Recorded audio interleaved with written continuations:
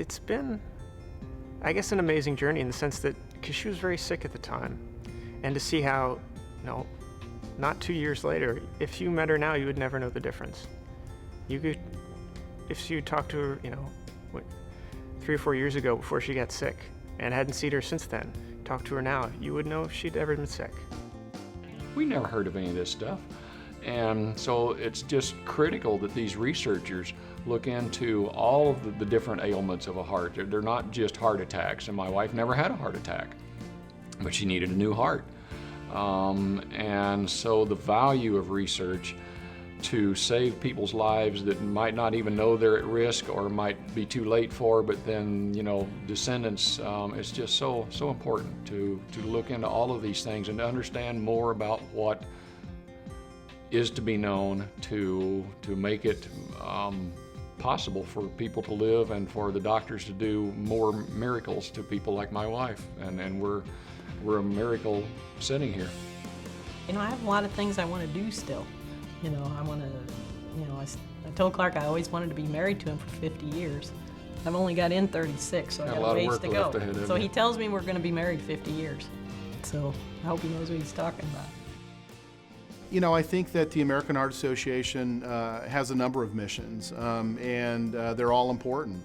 We've just talked about one of them being to help fund and develop investigators in cardiovascular disease, with the hope that eventually they will have a significant impact and lessen the impact of cardiovascular disease, or even eradicate some forms of cardiovascular disease. But I think they also play a critical role in educating not only physicians, but educating the public about cardiovascular disease.